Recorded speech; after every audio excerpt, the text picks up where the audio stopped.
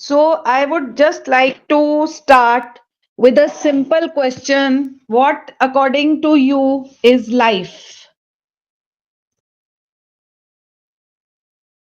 How can you define life?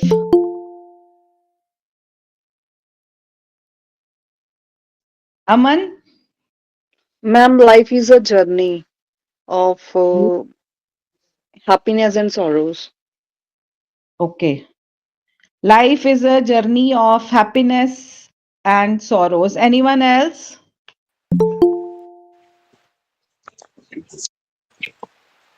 Yes, anyone else? What, according to you, is life? Good morning, ma'am. I think Good life is a morning. vicious circle with Hmm. lots of risks, trials, errors, mistakes, learning, Very unlearning, good. experiences. Okay.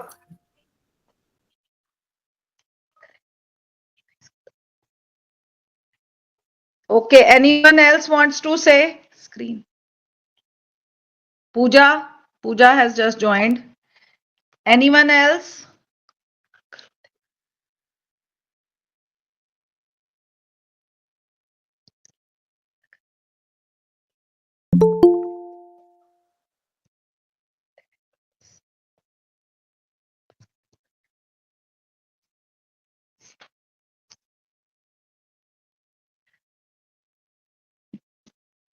Yes, Kulvinder.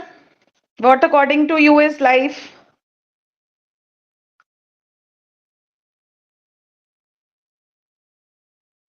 Am I audible?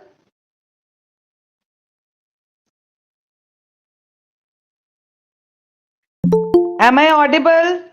Yes, ma'am, Aman, audible. Anji, Audible, ma'am. Kulvinder or Anuradha, Aman, anyone? What, according to you, is life?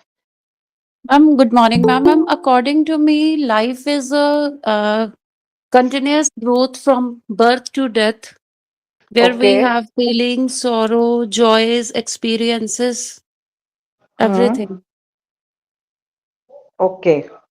So, as we have seen that everybody has a different version of life, what life is.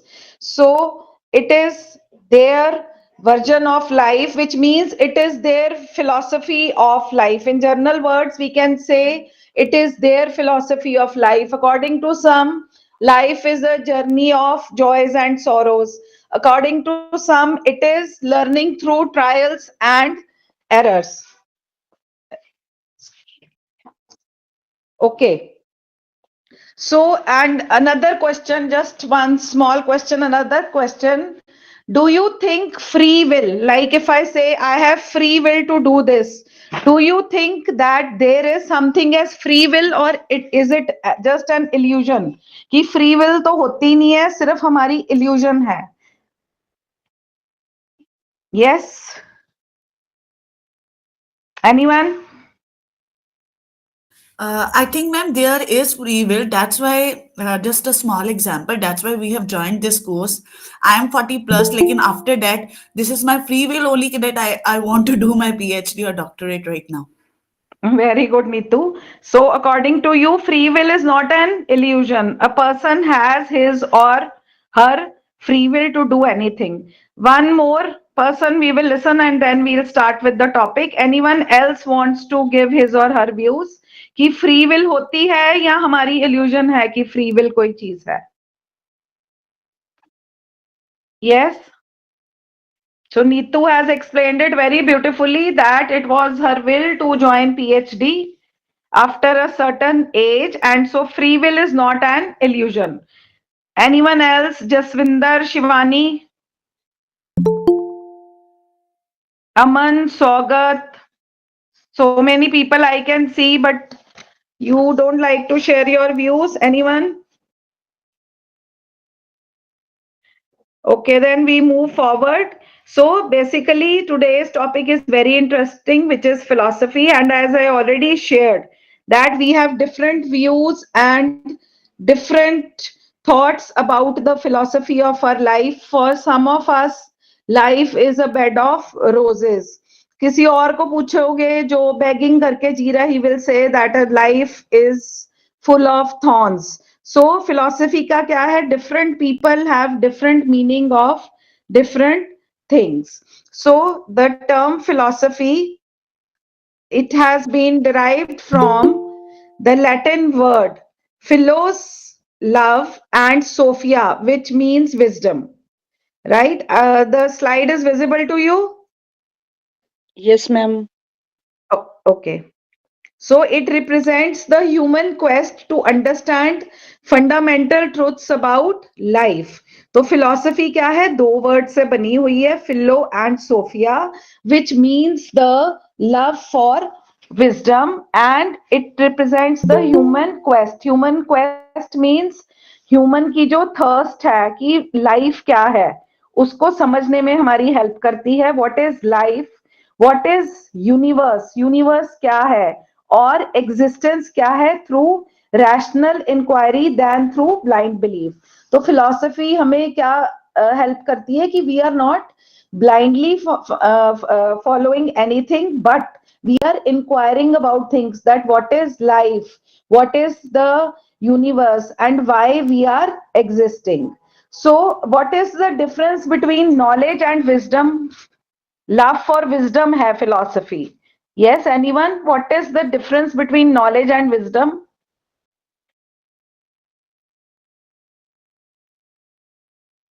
हाँ जी.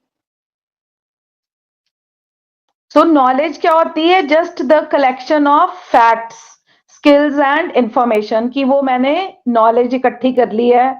I have knowledge about facts. I have knowledge about skills. And wisdom is the ability to use that with good judgment. ठीक है? I might have knowledge of many facts, पर wisdom क्या है कि जहां पे required है, if I am able to apply that knowledge, then that is known as wisdom. So what is philosophy? Philosophy is the love for wisdom, which means that मेरे पास जो knowledge है उसको use करना मुझे आता है. So basically philosophy is understanding man in relation to the universe. It stands for an inquiry after truth and search for knowledge. तो knowledge को search करना, truth को search करना, that is philosophy. Then it is a method of critical and reflective thinking. What is reflective thinking? Anyone? In which we ponder about something. Okay, in which we ponder about something. So I will just take a very small example. Basically, there are three levels of learning or thinking. The students of education might have read it in their PG courses also.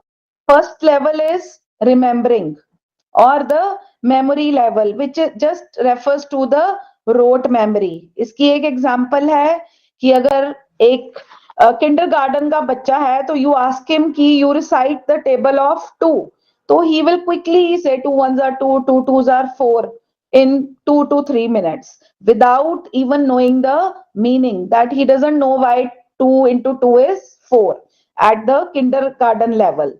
The next higher level after memory level is the understanding level, where the student has an understanding. If I take the example of the table of a 2 only, a student who understands will know that if two things are put together two times, it becomes 4. Or if 2 into 3 is 6, then 3 into 2 is 6 also. So that is a bit higher level of learning. And in philosophy, we are saying that it mentions to the reflective level. तो जो reflective level है वो सबसे highest level है thinking का, जिसके ऊपर you don't require a teacher or you don't need a mentor. इसमें क्या है? Whatever you have learned in your life, that you are able to apply it somewhere else. जैसे for example, if I have learned the tables and different abilities in mathematics, once I go to the market, or once a student goes to the market and he gives some money to the shopkeeper, he can calculate कि वो मुझे कितने वापस देगा, even though his parents are not present. यहाँ अगर मैंने lens के बारे में साइंस पड़ा है तो I will know how the human I works, या मुझे अगर स्पेक्स लगी है तो क्यों लगी है, या जो कैमरा है वो कैसे वर्क कर रहा है. सो रिफ्लेक्टिव जो लेवल है that is the highest level की हमने मेमोरी लेवल और अंडरस्टैंडिंग लेवल पे जो भी नॉलेज गेन की है उसको हम अपनी रियल लाइफ में अगर अप्लाई कर सकते हैं, that is the reflective level. So philosophy क्या है? It is a method of critical and reflective thinking, and it provides the means to lead the best way of life. So if I ask you the meaning of PhD का full form क्या है? What is full form of PhD? Philosophy of doctorate, ma'am. Philosophy of doctorate. उल्टा बोला है. It is doctorate of philosophy. ठीक है, तो वहां से Okay, आपको ma'am. पता चलना चाहिए कि हाँ फिलॉसफी कितनी इंपॉर्टेंट है. ठीक है, so it is known as doctorate of philosophy. वहां पे आपका सब्जेक्ट नहीं लिखा होता कि डॉक्टरेट ऑफ इंग्लिश और doctorate of education. PhD means doctorate of philosophy because you have critically examined things, you have examined things truthfully, reasonably, आपने truth के साथ लॉजिक के साथ जो भी आपकी फाइंडिंग्स हैं वो की हैं, तभी आपको जो डिग्री मिलती है वो डॉक्टरेट ऑफ फिलॉसफी और PhD. So this I have already said कि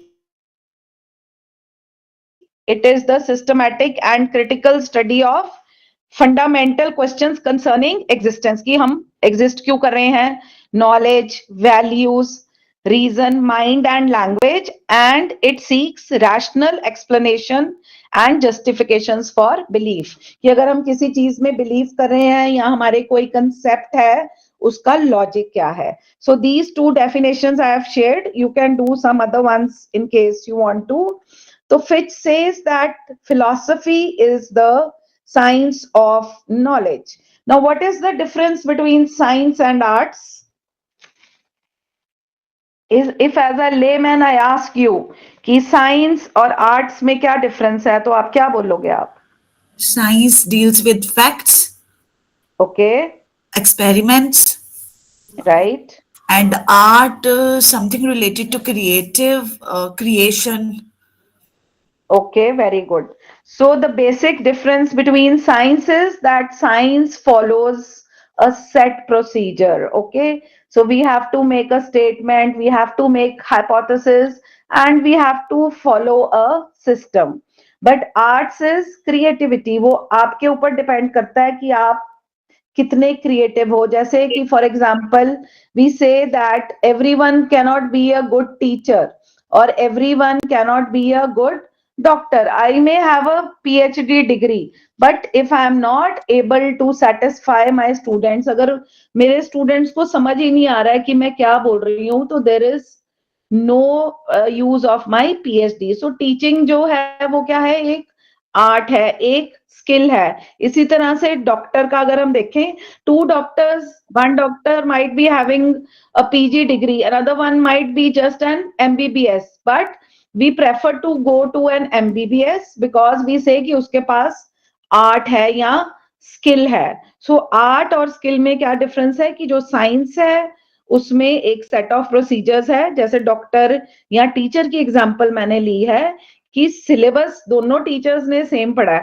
ठीक है, पर अगर एक टीचर पीएचडी है और उसको वो साइंस जो उसने टीचिंग की पढ़ी है उसमें स्किल नहीं है, then students will not be able to understand. So basically science and art are different in that way. Second is Raymond's view, who says that it is the unceasing मतलब कभी नहीं खत्म होता जो effort to discern the journal truth that lies behind the particular facts. कि अगर एक कोई फैक्ट है उसके पीछे सच क्या चीज है वो फाइंड आउट करना फिलॉसफी है. To discern the reality that lies behind the appearance. कि कई बार हमें कोई चीज दिख रही होती है बट एक्चुअली वो चीज जो है वो एग्जिस्ट नहीं करती, right. So that is philosophy, to find out the reality that lies behind the appearance. So in crux we can say that philosophy understands man. Basically philosophy का काम क्या है? To understand man in relation to the universe, की जो man है उसका क्या relation है यूनिवर्स के साथ.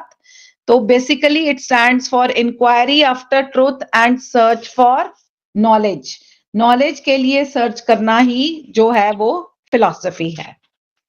ठीक है. Then we come to the nature and scope of philosophy. तो स्कोप का मीनिंग क्या होता है? What do you mean by scope? Ma'am scope मतलब कि इस चीज को हम कहाँ तक लाइक कर सकते हैं, जैसे स्कोप की फिलोसफी का स्कोप हर एक सोशल साइंसेस में हर एक चीज में है. ठीक है. तो स्कोप किसी जर्नल लाइफ में, if we are talking about scope, scope basically means the breadth और द कॉम्प्रिहेंसिवनेस. ठीक है. कोई भी चीज की ब्रेथ कितनी है, कॉम्प्रिहेंसिव मतलब डीप कितनी है, जो भी हमने कवर करना है, that is known as the scope. कि जो कुछ भी उसके अंडर हम पढ़ सकते हैं, दैट इज द स्कोप. सो जो नेचर है फिलॉसफी की वो रिफ्लेक्टिव है, that I have already told you. Rational है मतलब लॉजिक हम देखते हैं, और critical, critical means looking at it from every angle. It questions the assumptions, examines arguments logically and reflects upon its own methods, aiming for clarity and coherence rather than final answers. So इससे हमें क्या पता चल रहा है कि philosophy में उसका जो स्कोप है वो बहुत वाइड होगा, क्योंकि उसकी जो नेचर है, नेचर उसकी क्या है कि वो एक कंटिन्यूअस एक एफर्ट है, ताकि हमें चीजों की क्लैरिटी आती रहे. और कोई उसमें हम मान के चलते हैं कि फिलॉसफी में कोई भी आंसर फाइनल नहीं है. जैसे हमने कहा है कि it is the search for truth. अभी भी अगर आप देखो तो हम कितनी सारी और गैलेक्सीज हमें पता चल रही हैं, कितने सारे न्यू फैक्ट्स पता चल रहे हैं. जैसे फॉर एग्जांपल ब्लैक होल्स हैं, उनकी कितनी प्रॉपर्टीज पता चल रही हैं. At times we are saying कि मार्स के ऊपर लाइफ है. तो man doesn't know from where he has come and where he will go. So the truth, we are still searching for the truth, and that is the nature and scope of philosophy. तो आप सोच सकते हो कि उसका scope कितना wide है, because till date we have no answer about the existence of man. है ना. डार्विन की अलग थ्योरी है, कुछ लोगों की अलग थ्योरी है. Some people say there is God, some people say there is no God. So all these questions, what is life, from where has man come, these all comes under the scope of philosophy. So the scope of philosophy is vast, covering reality, human life, God, knowledge, morality, art, politics, and science. It addresses both abstract issues and practical problems of human existence. So what are abstract issues? Yes. Abstract का meaning क्या होता है? Anyone? What is abstract? Abstract is something which, हाँ जी हाँ बोलो. Ma'am abstract इसकी हमें जो चीज दिखाई नहीं दे रही, जिस चीज की हमारे सामने कोई भी मतलब कि कोई मूर्ति वगैरह कुछ नहीं है, कि वो इनविजिबल है वो चीज.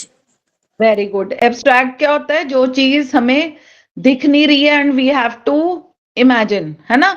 और कंक्रीट क्या होता है? जो आप चीज टच कर सकते हो. फॉर एग्जाम्पल जो ब्लैक होल, मैं सिर्फ एक एग्जाम्पल ले रही हूँ, यहाँ जो बहुत सारी गैलेक्सीज हैं वो हमें दिख नहीं रही, हमें सिर्फ स्टार्स और मून और जो सन है हम उनको कंक्रीट कहते हैं, क्योंकि वो हमें दिख रहे हैं. तो एब्स्ट्रैक्ट क्या है? जो कंसेप्ट हमें इमेजिन करना पड़ता है कि यस ये जो मिल्की वे है ये ऐसा होगा, या ये जो ब्लैक होल है ये ऐसी होगी. सो जो फिलॉसफी है उसका बहुत वाइड स्कोप है, उसमें एब्स्ट्रैक्ट चीजें भी आ जाती हैं और प्रैक्टिकल प्रॉब्लम्स भी आ जाती हैं ह्यूमन एग्जिस्टेंस की. ठीक है. सो ये अगेन एक रेपिटेशन है कि फिलॉसफी में ट्रुथ, ये स्कोप में ही बता दिया मैंने आपको.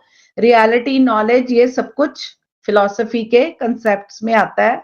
Now next we come to the main branches. We will not be going in the very depth of philosophy. I'm just touching the topics because you are going to have a degree of doctorate in philosophy, so you should have a basic idea about what philosophy is.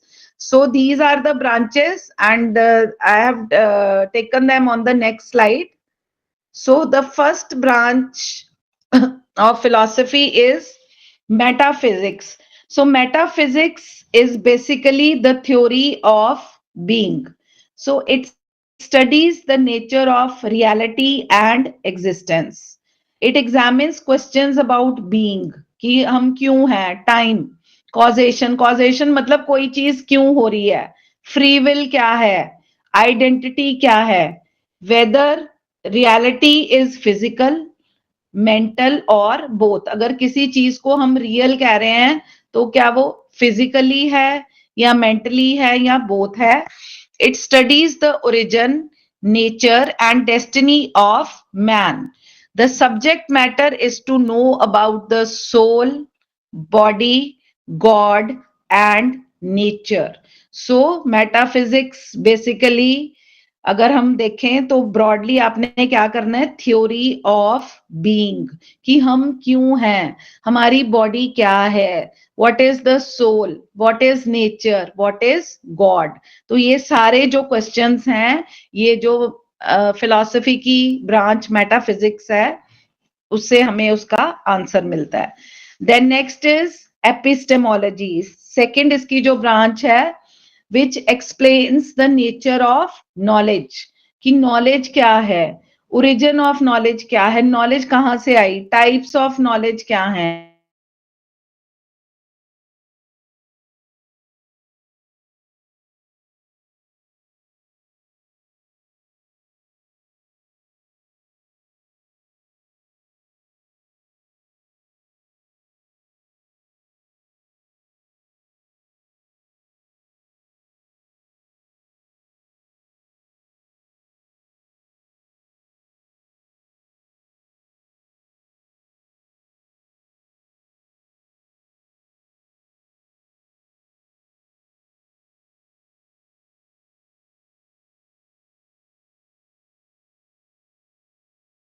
तो एक तो हो गया metaphysics which is the theory of being, second is epistemology that is the theory of knowledge, and third is, ज्यादा हम इसकी नहीं करेंगे, यही मेन तीन है, एक्सियोलॉजी।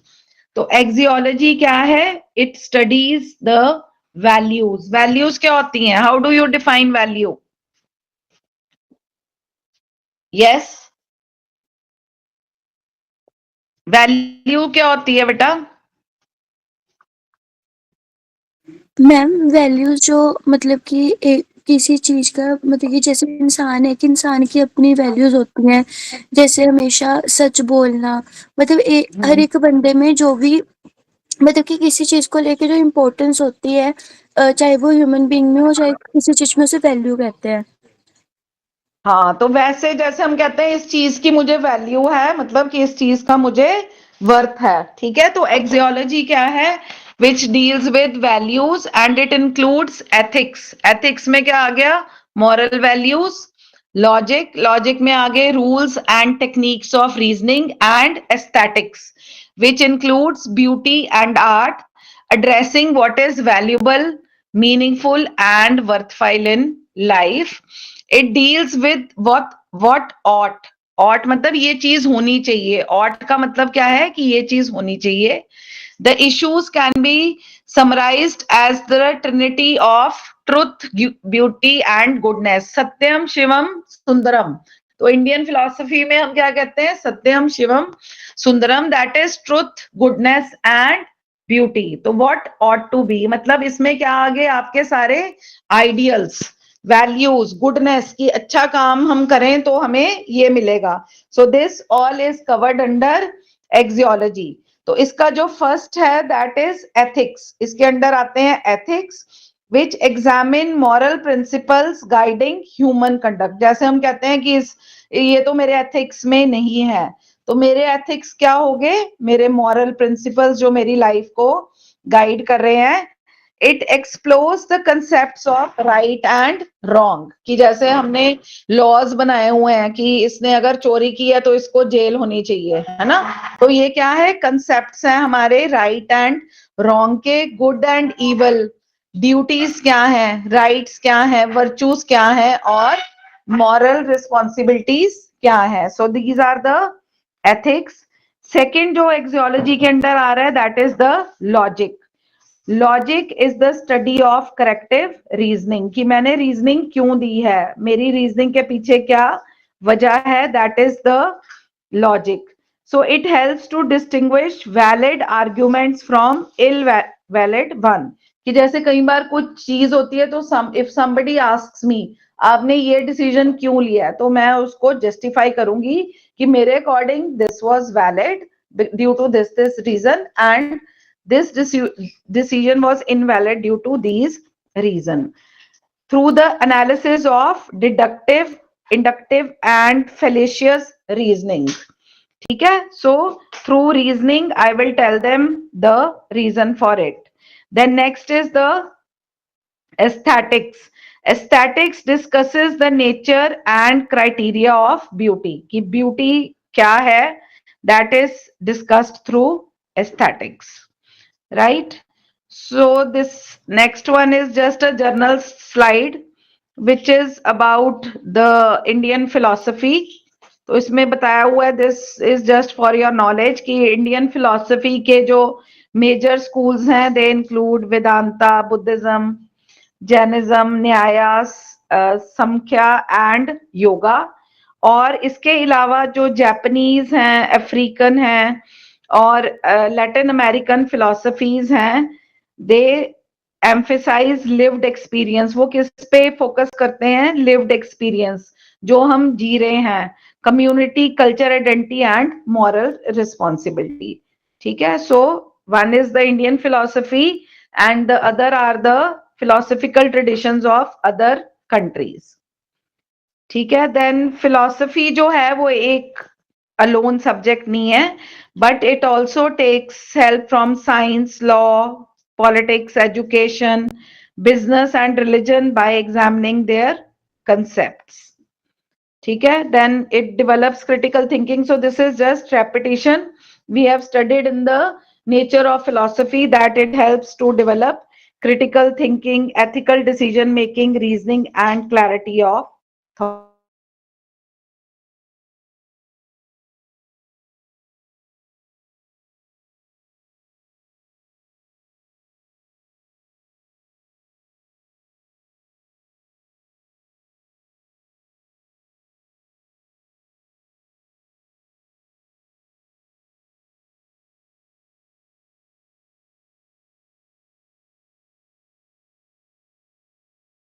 Three philosophy आपके according, how do you define an ideal?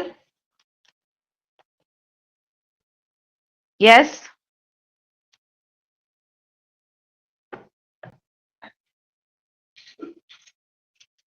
anyone? Maheshwari, ma'am Neetu? Hello हाँ जी, हाँ जी। मैम, आइडियलिज्म मीन्स कि अभी जितना मुझे लग रहा है कि जैसे हम रियलिटी के ऊपर जो फोकस करके जो फिलोसफी होती है उसे आइडियलिज्म कहा जाता है। बस एक ही पूछी है, और कोई आइडियल क्या होता है वैसे, मैंने ये पूछा था। ओके मैम जिसको हम अपना आइडल मानते हैं, हाँ जी बेटा। जिसको हम अपना आइडल मानते हैं उसकी जो वो हमें सिखाता है उसके ऊपर जाता है। कोई टीचर आपको हम अपना आइडल मान सकते हैं, किसी गुरु को या किसी और को, जिसकी बातों से हम प्रभावित होते हैं।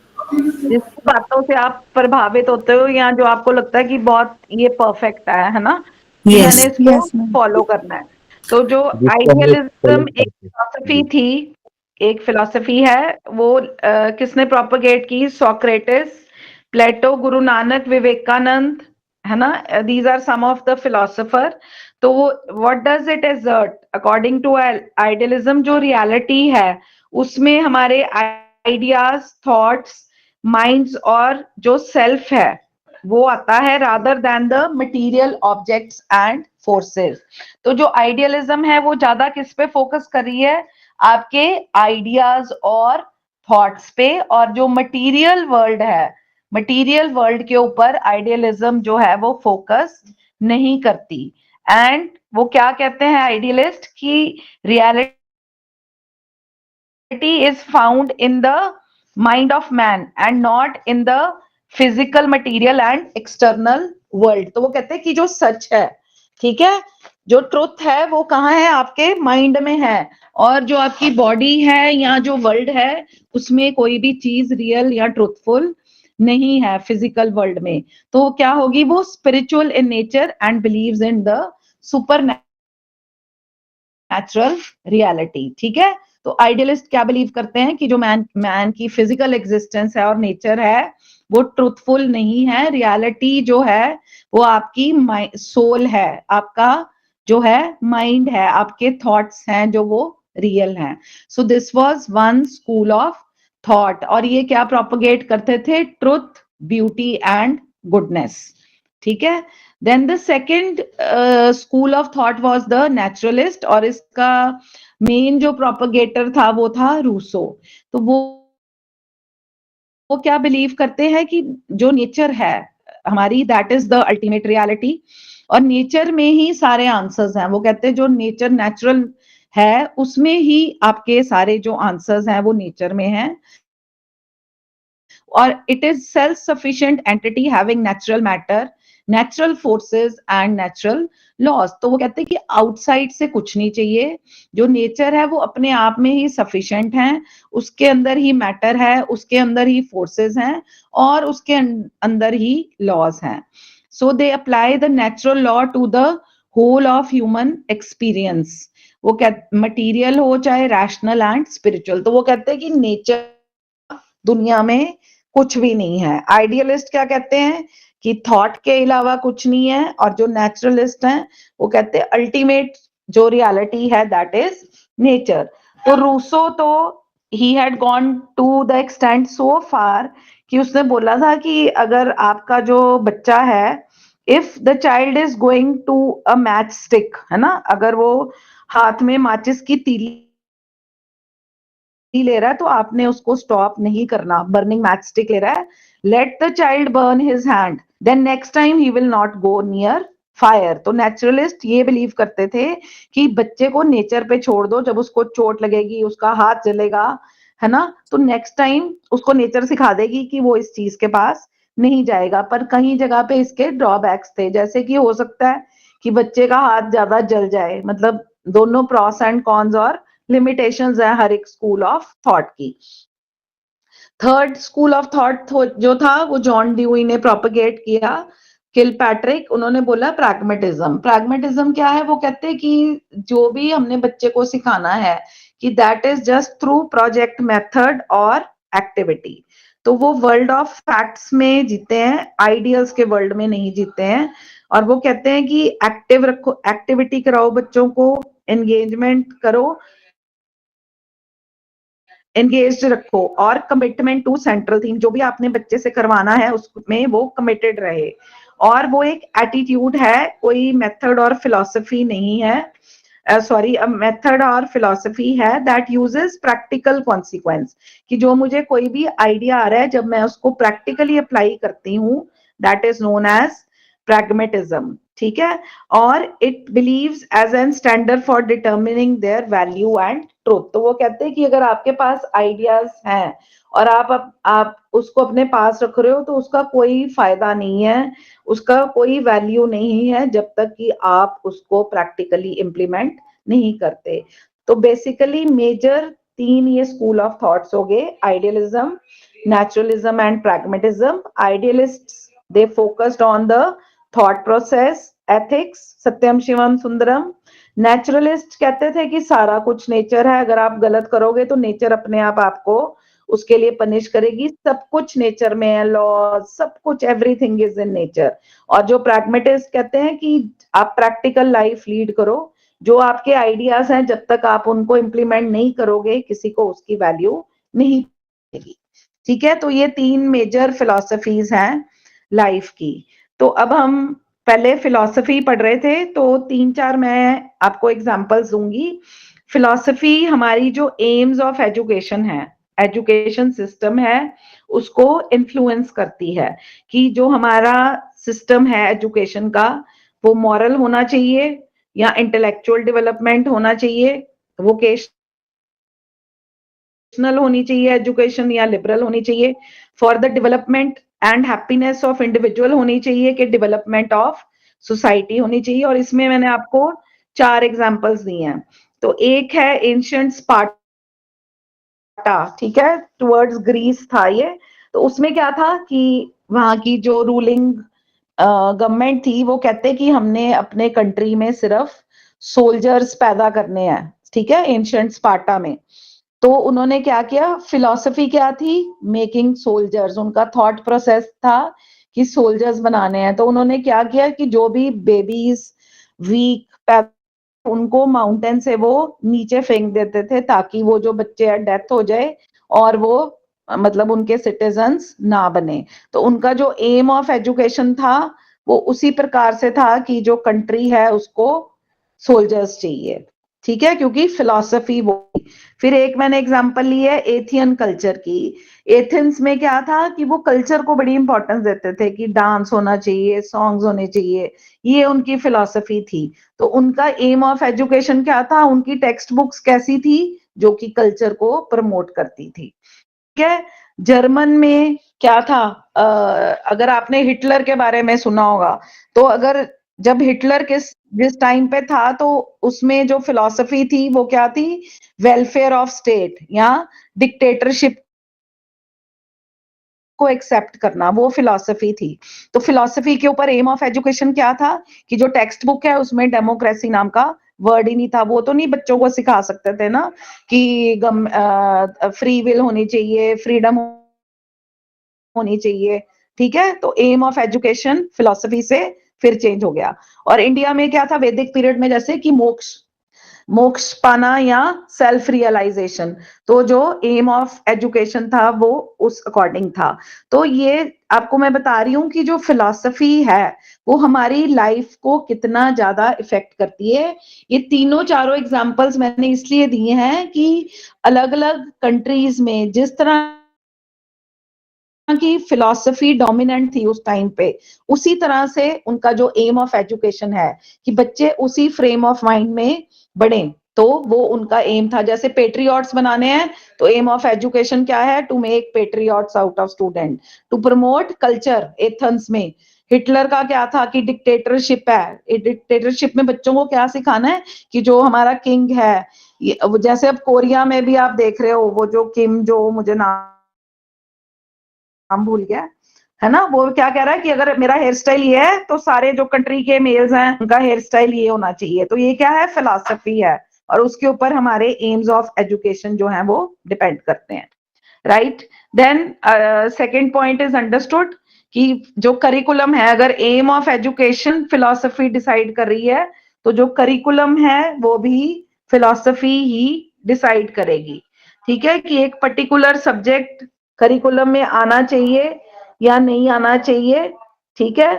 तो जैसे आइडियलिस्ट है, ये मैंने आपको एग्जांपल्स दिए हैं इसमें नीचे, कि जो आइडियलिस्ट है वो क्या चाहते हैं कि करिकुलम रिफ्लेक्ट करे ह्यूमन सिविलाइजेशन, कल्चर, वो स्पिरिचुअल परफेक्शन। अगर किसी कंट्री में आइडियलिज्म प्रेवलेंट है तो वो स्पिरिचुअल परफेक्शन की तरफ उनका करिकुलम जाएगा। जो नेचुरलिस्ट है वो क्या कहते हैं कि एक्टिविटीज, इंटरेस्ट ऑफ चाइल्ड देखो, उसके अकॉर्डिंग वो करिकुलम बनाते हैं, उनके अकॉर्डिंग जो चाइल्ड है वो सेंटर होना चाहिए। और प्रैग्मेटिस्ट क्या कहते हैं, प्रिंसिपल ऑफ यूटिलिटी, वो कहते हैं कि जो चीज हमारे काम की है वो चीज करिकुलम में आनी चाहिए, अदरवाइज नहीं आनी चाहिए। तो जो करिकुलम है किसी भी कंट्री का, वो भी किसके ऊपर डिपेंडेंट है, फिलॉसफी के ऊपर, ठीक है। देन टेक्स्ट बुक्स भी, ठीक है, जो अच्छी टेक्स्ट बुक्स हैं वो भी क्या रिफ्लेक्ट करेंगी, जो भी values of life philosophy fix करती है। तो आइडियलिस्ट क्या कहते हैं कि जो टेक्स्ट बुक है वो रिफ्लेक्ट करे इंडिविजुअलिटी ऑफ द ऑथर की, जिसने ऑथर ने लिखा है, क्योंकि आइडियलिस्ट किस पे फोकस करते हैं? आइडियाज पे, आपके थॉट प्रोसेस पे। तो वो कहते हैं ऑथर के ऊपर डिपेंड करता है। नेचुरलिस्ट क्या कहते हैं कि जो भी आपकी टेक्स्ट बुक में उसमें बहुत सारे अच्छे अच्छे डायग्राम्स होनी चाहिए, मैम, पिक्चर्स होनी चाहिए। हाँ जी बेटा। ये अभी जो इंडिया में स्किल डेवलपमेंट चल रहा है, ये हम्म किसका एग्जाम्पल हो सकता है इसमें से? आइडियलिस्टिक, ये नेचुरलिस्टिक और प्रैग्मेटिज्म का, प्रैग्मेटिज्म प्रैग्मेटिज्म। pragmatism? जी जी, ठीक है pragmatism, जी मैम। ठीक है ठीक है ठीक है। तो प्रैग्मेटिस्ट क्या है? वो सेटिस्फाई करते हैं objective statements in a logical method. जैसे इसने बहुत अच्छी एग्जांपल पूछी है कि जो स्किल डेवलपमेंट है वो क्या है? अब नीड ऑफ द आर है हमारी। तो प्रैग्मेटिस्ट क्या कहते हैं कि जो भी आपको लगता है कि रिक्वायर्ड है, मतलब उन्होंने प्रोजेक्ट में मेथड जो है वो सजेस्ट किया है कि need of the time you can keep on changing it, कि प्रैक्टिकली लाइफ लीड करो। अगर आपको लग रहा है कि अब स्किल रिक्वायरमेंट है, स्किल को इंट्रोड्यूस करो अपनी करिकुलम में। ठीक है। देन मेथड्स ऑफ टीचिंग, ये जस्ट फॉर योर इंफॉर्मेशन है कि जो आइडियलिस्ट हैं वो एम्फेसाइज करते हैं कि लेक्चर और डिस्कशन मेथड यूज करो। नेचुरलिस्ट कहते हैं child centred method. In fact if you have read about Shanti Niketan, है ना, रविंद्रनाथ टैगोर ने शांति निकेतन बनाया, तो वहां पे जो मेजोरिटी ऑफ द क्लासेस थी वो ट्री के अंडर लगती हैं, पेड़ के नीचे क्लासेस लगती थी, ताकि बच्चे जो हैं वो नेचर में पढ़े, है ना। और अगर बीच में जो टीचर है उसको ये इंस्ट्रक्शन थी कि इफ अ चाइल्ड फील्स कि अब मेरे से नहीं बैठा जा रहा, I need a break and I need to go and play for 5-10 minutes और I need to go and have a bath, उसको मना नहीं करोगे आप।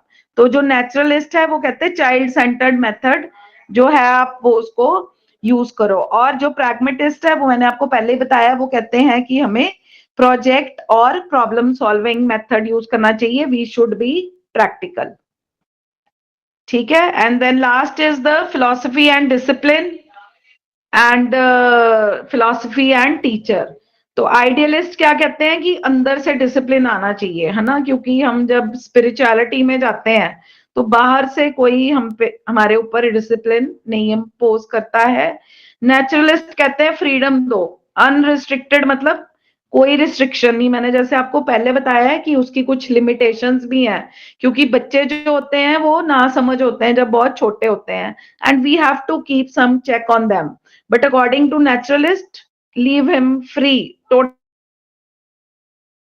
कहते हैं कि एक्सटर्नल प्रेशर नहीं होना चाहिए, सोशल डिसिप्लिन होना चाहिए। तो प्रैग्मेटिज्म अगर आप पढ़ोगे तो उसमें बेसिकली एक तो उन्होंने प्रोजेक्ट एक्टिविटी की है, और एक उन्होंने कहा है कि जो बच्चे हैं वो ग्रुप्स में काम करें, कि एक ग्रुप लीडर बने, उनको डिवीजन ऑफ लेबर पता होनी चाहिए। तो उससे क्या है कि बच्चों में social discipline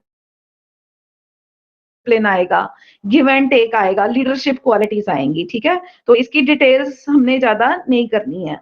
then philosophy and teacher. तो आइडियलिस्ट कहते हैं कि टीचर इंडिस्पेंसिबल है। अगर आपने अपनी सोल के बारे में पढ़ना है, माइंड आपको पता होना चाहिए क्या है, स्पिरिचुअली आपने जाना है, तो वो कहते हैं कि आपको एक गुरु की या एक टीचर की जरूरत है। नेचुरलिस्ट कहते हैं कि जो टीचर है वो इंटरफेयर ना करे। ठीक है। बच्चा जो लर्न कर रहा है उसको लर्न करने अपने अकॉर्डिंग। बेंगलोर में स्कूल भी है, आजिम प्रेम जी शायद, if I am not mistake, individually वो उसको आगे आगे एजुकेट करते हैं, मतलब एफर्ट चल रहे हैं, although it is very costly, है ना। और जो प्रैग्मेटिस्ट है वो कहते हैं कि जो टीचर है वो सिर्फ गाइड करे कि आपने कौन सी लर्निंग एक्टिविटीज करनी है। ठीक है। So this was philosophy. अब आपको होगा कि हमने फिलॉसफी क्यों पढ़ रहे हैं, हम तो रिसर्च कर रहे हैं, है ना। तो जैसे मैंने आपको बोला कि आपके जो टाइटल है डॉक्टरेट ऑफ फिलॉसफी है, तो जो फिलॉसफी के मेथड्स हैं उनकी रिसर्च में बहुत सारी एप्लीकेशन है। एनालिसिस क्या होता है? इसमें लिखा है role of analysis is not only relevant but also necessary. So what is analysis? Yes, findings. Analysis बेटा मींस एनालिसिस मतलब क्या होता है, किसी चीज को ब्रेक डाउन करना, ठीक है। सिंथेसिस क्या होता है, किसी चीज को कंबाइन करना। मैं एक एग्जांपल लेती हूँ, जैसे ह्यूमन बॉडी है ना, इसके अगर तो हम अलग अलग की हार्ट क्या है, उसका स्ट्रक्चर क्या है, उसका फंक्शन क्या है, लिवर क्या है, अलग अलग आ गया। मतलब ह्यूमन बॉडी को तोड़कर एनालाइज करना, मतलब ब्रेकअप किसी चीज को करके उसकी स्टडी करना। और सिंथेसिस क्या है, किसी चीज की कंबाइंड स्टडी करना। तो रिसर्च में फिलॉसफी का क्या फायदा है कि फिलॉसफी का भी एक मेथड है एनालिसिस, किसी चीज का ब्रेकअप करके उसकी स्टडी करना। और इसमें क्या है कि जब आप रिसर्च करोगे उसमें भी आप एनालाइज करोगे, क्योंकि एनालिसिस के बिना आपकी जो प्रॉब्लम है, स्टेटमेंट है, वो आप नहीं बना सकते, ठीक है। आपका जो फर्स्ट स्टेप है रिसर्च में वो क्या है, स्टेटमेंट ऑफ द प्रॉब्लम। तो स्टेटमेंट ऑफ द प्रॉब्लम आप कब लिख सकोगे, जब आप उसको एनालाइज कर सकते हो उस एरिया को कि इसके पीछे क्या चीज है। सो जो मेथड ऑफ फिलॉसफी है वो रिसर्च में आती है, method of analysis. Then second is method of hypothesis. What is hypothesis, anyone? Assumptions. Very good. assumptions और टेंटेटिव, जनरली हम कहते हैं हाइपोथेसिस क्या होती है, एक टेंटेटिव सोल्यूशन। टेंटेटिव मतलब उसका आंसर यस भी हो सकता है, उसका आंसर नो भी हो सकता है। तो उसके हिसाब से हम या तो उसको एक्सेप्ट करते हैं या रिजेक्ट करते हैं, ठीक है। सो ये भी जो है हाइपोथेसिस जो हम बनाते हैं, फॉर्मुलेट करते हैं, वो भी सब हमें जो concepts हैं, they are those we have got from philosophy only. Then third is the method of criticism और evaluation and research. तो जब हमने philosophy की डेफिनेशन ही पढ़ी थी तो हमने उसमें कहा था कि हम रिफ्लेक्टिव और क्रिटिकल व्यूज लेते हैं चीजों के। तो वो मेथड भी किसका है, फिलॉसफी का है, and we are taking it for research. Then method of deduction and research and method of induction and research. So what is the difference between deduction and induction? Anyone? Deduction means to find out. Induction when we put something and then we have the results. Anyone else? Some more clarity? सो दो veg है ये, induction और deduction. Induction क्या होता है कि first I am giving you examples and then you come to a fact, ठीक है। For example if I say one crow is black over here, another crow is also black, तीन चार examples देके आप क्या इंड्यूस कर रहे हो कि all crows are black in colour, है ना। या a plus B the whole square is equal to A square plus B square plus 2ab।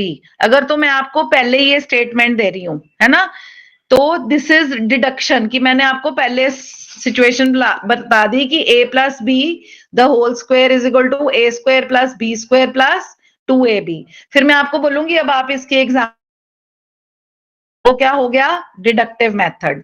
लेकिन अगर मैंने आपको पहले एग्जांपल्स दे दी कि 2 square plus 4 square is equal to this this this, 4 square plus this this this equal to this, और end में मैं आपको बोलूं कि अब आप बताओ कि ये क्या है, और आप मुझे बताओ कि ma'am A square plus B square is equal to this this this, ठीक है। तो दैट इज इंडक्शन। तो डिडक्शन और इंडक्शन दोनों में क्या फर्क है कि इंडक्शन में जो टीचर है वो पहले आपको एग्जाम्पल्स देगा तीन चार, और आप उसका रूल बनाओगे, ठीक है, खुद एक्सप्लोर करके कि अगर चार एग्जाम्पल्स में ये चीजें आ रही हैं तो उसका रूल ये है।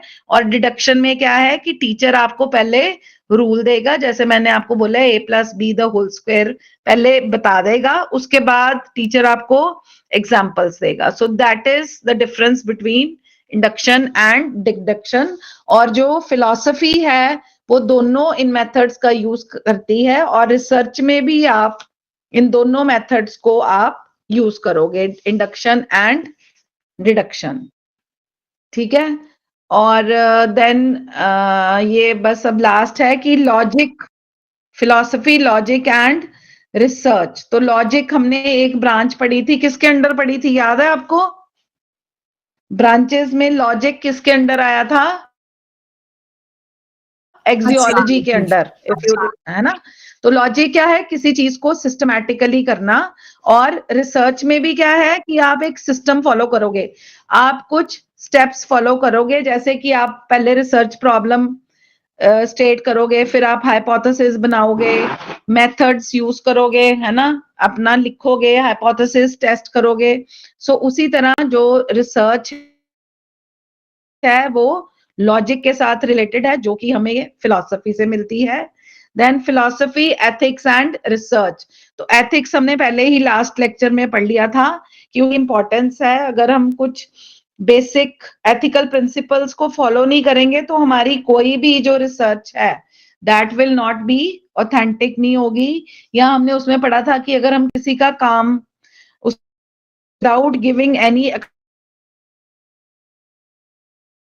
acknowledgement कि मैंने उसका काम नोट कर लिया है, so that is also unethical. So ethics which comes from philosophy again has a relation with research, right? So from all of the above we can say that philosophy is very much related to research, because the different methods of philosophy they form the basic criteria. कोई भी अगर आपने research work करनी है वो किस पे depend करता है? आपका फिलॉसफी के, ठीक है। तो जो भी आपका वर्थ होगा रिसर्च का, that will be dependent upon the mode of its application, कि आपने फिलोसफिकल मेथड्स कौन से यूज किए हैं। दैट इज वाई जो भी आपको डिग्री मिलती है that is the doctor of philosophy, right. So these are one or two case studies, but you can just go through it and we can class. I just have some another meeting scheduled, and this is your assignment. So these are general questions only. Do humans have free will or is everything determined? So isme I just want to tell you that there will be no right or wrong answers. I just want you to give your opinion कि humans की free will है, ये हमने शुरू में थोड़ा सा discuss किया था। Then second is, should individual freedom ever be limited by the state? कि आपको क्या लगता है कि जो आपकी इंडिविजुअल फ्रीडम है उसके ऊपर गवर्नमेंट का या स्टेट का कोई चेक होना चाहिए?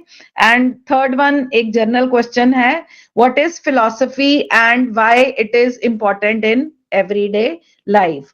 तो इसमें सिर्फ आपने इसमें ये नहीं लिखना कि ये रिसर्च के लिए क्यों इम्पोर्टेंट है, but you can also write how in everyday life you are using philosophy. So once again, I want to tell you that whatever assignments you are submitting, it should have the references also, and your assignments are going to be evaluated. So you have the freedom, you can use as many sources as you want, and you can make good assignments, so that when credits are given or when marks are given, we should have justification, क्योंकि ये आपका course work का record है ना, उसके basis के ऊपर आपको मार्क्स मिलेंगे आपकी असाइनमेंट के, and that can be justified also. Like if you are writing anything I can't give you marks, तो इसके ऊपर थोड़ी मेहनत करके make good assignments which will be useful to you in the examination as well, and it will solve a dual purpose, you will get marks as well. Is it okay? Ma'am हाँ जी। ये assignment सभी को बनाना है? अरे क्यों? Ma'am ये mail कहाँ पर होगी? ये कॉमन है ना? ये आप मेल डीन रिसर्च पे कर देना। ठीक है मैम, ठीक है, जितनी भी असाइनमेंट्स है सारी वहीं पे मेल करेंगे। हाँ, मैं आपको ईमेल आईडी शेयर कर देती हूँ। ठीक है मैम, ठीक है। Anything else? जी मैम लास्ट डेट क्या सबमिशन की इस असाइनमेंट की? 10 days और फोर्टनाइट देख लो, आप बता दो मुझे, बिकॉज अभी क्रिसमस आपकी हॉलीडेज भी हैं, तो जितना ज्यादा टाइम लगाएंगे ना, we won't make, that is human nature, है ना। I think there should be a deadline, you tell me, let me know. है ये ग्रुप में जैसे देते हैं वैसे ही देते हैं? ये ना स्क्रीनशॉट, हाँ स्क्रीनशॉट भी ले लेती हूँ, लेकिन ग्रुप में प्लीज मेंशन कर दो तो that will be, I will be really thankful to you. ठीक है मैम। लास्ट वाली भी मैडम ये एक तो प्रेजेंटेशन और स्क्रीनशॉट ही है मेरे पास। Hello madam. Yes, हाँ जी हाँ जी।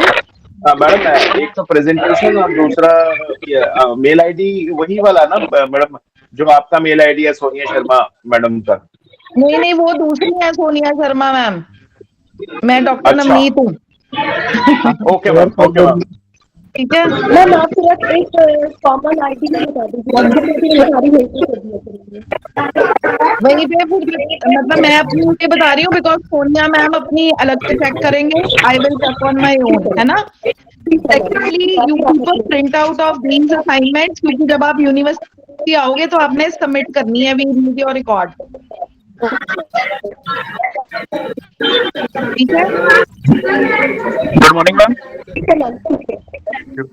Aman, just put yourself on mute because there is a lot of disturbance. I can't hear. Yes, who wants to speak?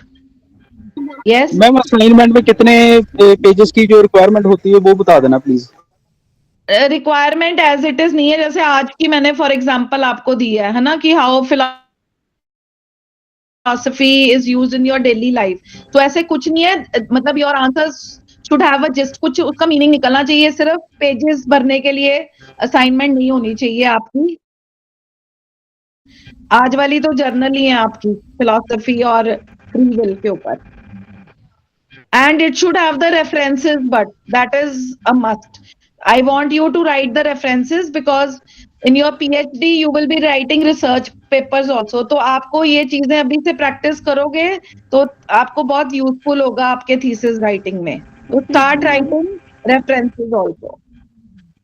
Madam एक और चीज पूछना था, जैसे अब जो हम लोग असाइनमेंट आपको भेज रहे हैं उसमें हम ऐसे तो सिग्नेचर कर नहीं रहे हैं, डायरेक्टली उसको पीडीएफ बना के भेज रहे हैं, लेकिन जब हम हार्ड कॉपी सबमिट करेंगे तो हाँ जी मैडम। हाँ जी बोलिए मैडम। जब मैडम हार्ड कॉपी सबमिट करेंगे at that point of time उसमें साइन करके जमा करना है ना?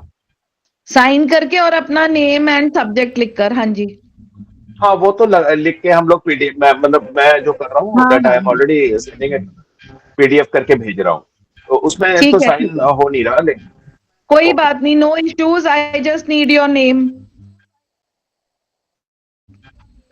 ठीक है मैम।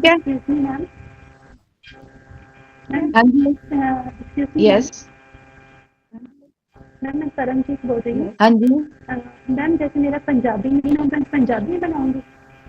अगर आपको इंग्लिश में कंफर्टेबल नहीं है तो बना लो आप,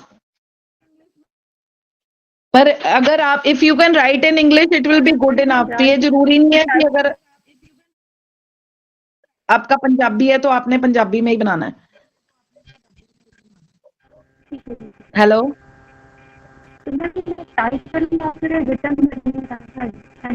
आपकी वॉइस क्लियर नहीं है Paramjit, your voice is breaking actually. Hello, मतलब what I want to say is that irrelevant of your subject, you can make it in English. ये जरूरी नहीं है कि अगर मैं PhD इन पंजाबी कर रही हूँ तो मैंने पंजाबी में ही असाइनमेंट देनी है। Examination and the assignments that can be in English, no issues. ठीक है? Okay then, thank you all of you and wishing all of you a very happy Christmas and a happy new prosperous year. Wishing you good luck. Thank you, ma'am. Same to you. Okay. Thank Okay. you, ma'am. Thank you. Okay.